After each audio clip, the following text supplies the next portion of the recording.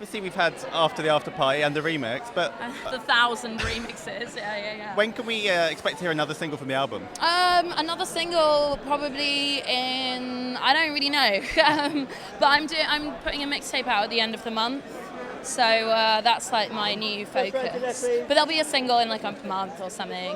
What's going to be on the mixtape exactly? It's just like songs that me and A.G. Cook made in like 2 weeks in LA.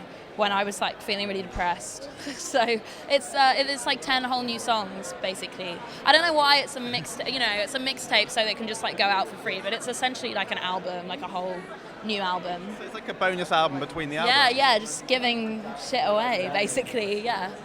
Is it strange in a way with the way the charts work, things are now? Like After the After Party's got like a really long chart run. Right, yeah. So I guess it's kind of slowed down plans for everything else. Is that quite weird that it's still kind of... I mean, I think that's just the way that like with streaming and the way that the UK music chart has kind of like changed now to be more like the US music chart, the way that works.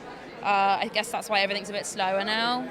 But that's fine. I mean, it gives me space to be able to like do things like the mixtape, while like the labels stress about like all of that shit. I can just be in the studio, which I like. But does it get frustrating? Because I guess like you Yes. recorded your album a long time ago. You want to get it out. You want to move on to new stuff. Totally. Of course, it gets frustrating. But that's just the game, I guess. Now, whatever. If I've got it right, you've written a song on the new Blondie album. Yes. What's the song like? Well, it's actually a song I wrote when I was 15.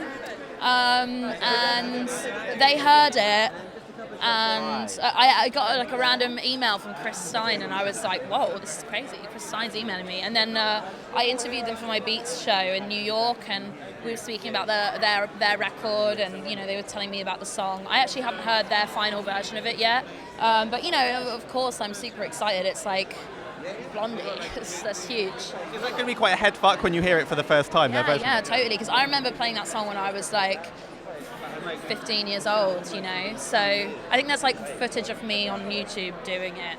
What, like the kind of Francesca era? That era, yeah. Wow. Different type of song, but that era, yeah. Has anyone else asked you to write for them recently? I know you're always kind of in demand. Yeah, I'm actually gonna like take some time to go and like do a lot of sessions for other people over the next month, which is great because I haven't done that for a while. I think people just thought I was kind of out of the game because I was doing my record, but I really want to do that.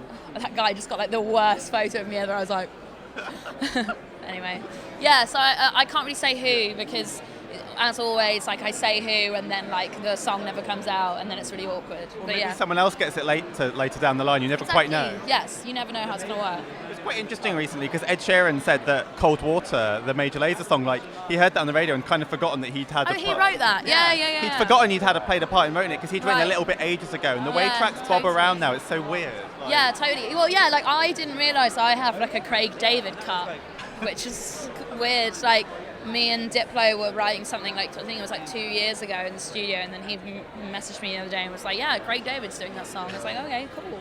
So yeah. Cool. Well, thanks for your time, Jim. Thank you. Have a really good night. And you.